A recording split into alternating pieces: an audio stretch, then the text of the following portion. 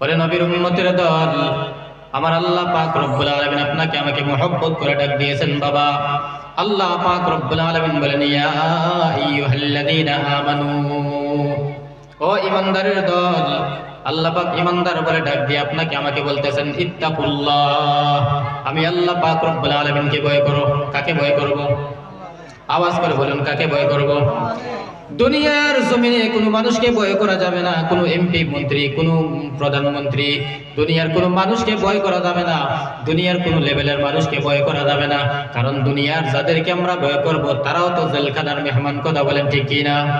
দুনিয়ার কোনো মানুষকে নয়, আল্লাহ পাক রব্বুল আলামিন বান্দাদেরকে মহব্বত করে ডাক দিয়েছেন আর বলতেছেন, ইয়া আইয়ুহাল্লাযীনা আমানু, ও আমার পেয়ারা পেয়ারা বান্দারা, ও আমার মহব্বতের বান্দারা। আল্লাহ মহব্বত করে ডাক দিয়ে বলতেছেন, ইত্তাকুল্লাহ, ও আমার বান্দারা তোমরা আমি আল্লাহকে ভয় করো। কাকে ভয় করব? সদা সর্বদা একমাত্র আল্লাহ পাক রব্বুল আলামিনকে ভয় করব। আল্লাহ পাক বলেন, কেমন ভয় করবা জানো নি? হাক্কা তুকাতিহি, ভয় করার মতো ভয় করো। আমি জবানটা দিয়ে বললাম আমি আল্লাহর বন্ধু হয়ে গেলাম, আমি জবানটা দিয়ে বললাম আল্লাহর ইবাদত বন্দেগী করলাম, আমি জবানটা দিয়ে বললাম আমি মুসলমান হয়ে দুনিয়ার জমিনে চলাফেরা করলাম, অন্তর দ্বারা যদি সেটাকে বাস্তবায়িত না করতে পারি, অন্তর দ্বারা যদি সেটাকে প্রমাণিত না করতে পারি, তাহলে তুমি মুসলমান নয়, তুমি নামদারি মুসলমান। আবার মুসলমান বাবাজিরা ভাইয়েরা, আল্লাহ পাক বলেন মুখ দ্বারা বললে হবে না, অন্তর দ্বারা সেটাকে বাস্তবায়িত করতে হবে। কেমন ভাবে বাস্তবায়িত করবা জানো নি? আল্লাহ পাক বলতেছেন, হাক্কা তুকাতিহি, ভয় করার মতো ভয় করো। এই ভয় করার মতো ভয় যদি একমাত্র আল্লাহকে করতে পারো, তাহলে আমার মুসলমান বাবাজিরা ভাইয়েরা, যে মুসলমানের ভিতরে যাররা পরিমাণ আল্লাহ পাকের ভয় আছে, ওই মুসলমান কখনো দুনিয়ার জমিনে যাররা পরিমাণ গুনাহের কাজে লিপ্ত হতে পারে না। কথা বলেন ঠিক কিনা? যখন গুনাহ করবে তখনই স্মরণ হয়ে যাবে, আরে দুনিয়ার কেউ দেখে না, কিন্তু একজন দেখে, তার নাম কি? আওয়াজ করে বলুন, তার নাম কি? দুনিয়ার কেউ যেটা দেখে না সেটা দেখে কে? দুনিয়ার কেউ যেটা পারে না সেটা পারে কে? আবার মুসলমান বাবাজিরা ভাইয়েরা, প্রশ্ন আসতে পারে, হুজুর আমি পানির নিচে ডুব দিয়ে কিন্তু আমি পানির গভীরতার মধ্যে গিয়ে আমি গুনাহ করলাম, দুনিয়ার কোনো মানুষ দেখে নাই, কিন্তু কেউ দেখে নাই, আল্লাহ পাক রব্বুল আলামিন ঠিক দেখেছেন। আপনি জঙ্গলের মধ্যে চলে যান বাবা। ও যুবক ভাই, একটু লক্ষ্য করে শুনে নাও, আল্লাহ যুবক তোমারে মহব্বত করে বানাইছেন, এই দুনিয়ার জমিনে ইসলাম প্রতিষ্ঠিত করেছেন যুবকের দল। আজকে বর্তমান যুগে ইহুদি খ্রিস্টানরা, কাফের বেঈমানরা এই মুসলমান যুবক যুবতীদেরকে নষ্ট করে দিতেছে ইন্টারনেটের মাধ্যমে। কথা বলেন ঠিক কি না? গুরুত্ব সহকারে শুনি আমরা।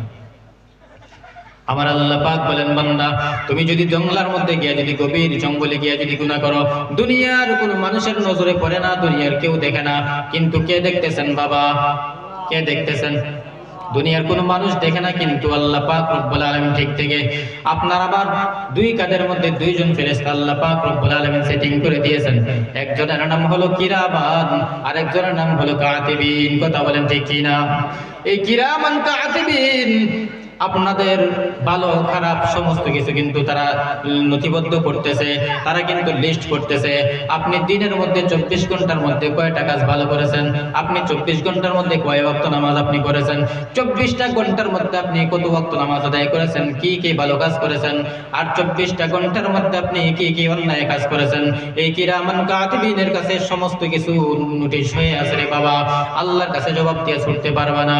এই জন্য আল্লাহ পাক রব্বুল আলামিন বলেন, বান্দা তোমাদেরকে মহব্বত করে আমি আল্লাহ পাক বানাইছি জাহান্নামের আগুনে জ্বালানোর জন্য নয়, জান্নাতে দেওয়ার জন্য। তবে দুনিয়ার জমিনে জান্নাত এমনি এমনি পাইবে না। দুনিয়ার জমিনে তোমাদেরকে একটা সংক্ষিপ্ত হায়াত দিয়ে দুনিয়ার জমিনে ছেড়ে দিলাম, আর জান্নাত জাহান্নামটা গোপন রেখে দিলাম। যেই বান্দাটা দুনিয়ার সংক্ষিপ্ত সময়ের মধ্যে আমি আল্লাহ পাকের ভয় অন্তরের মধ্যে ঢুকায়া আমি আল্লাহ পাক রব্বুল আলামিনের গোলামি করে করে আমার গোলামের মতো গোলাম হয়ে আসতে পারবে, ঈমান নিয়ে যদি অন্ধকার কবরে আসতে পারে, আমি আল্লাহ পাক আসমান এবং জমিনের সমস্ত ফেরেশতাদেরকে সাক্ষী রেখে ওয়াদা করলাম, ওই বান্দাকে কিয়ামতের কঠিন মুসিবতের ময়দানে আমি আল্লাহ তাকে সালাম দিব, সালামুন কাওলাম মির রাব্বির রহিম। একটু আওয়াজ করে বলেন আল্লাহু আকবার। আল্লাহ পাক রব্বুল আলামিন বলেন, জান্নাত জাহান্নাম দুইটা জিনিস আমি গোপনে আড়ালে রেখে দিলাম।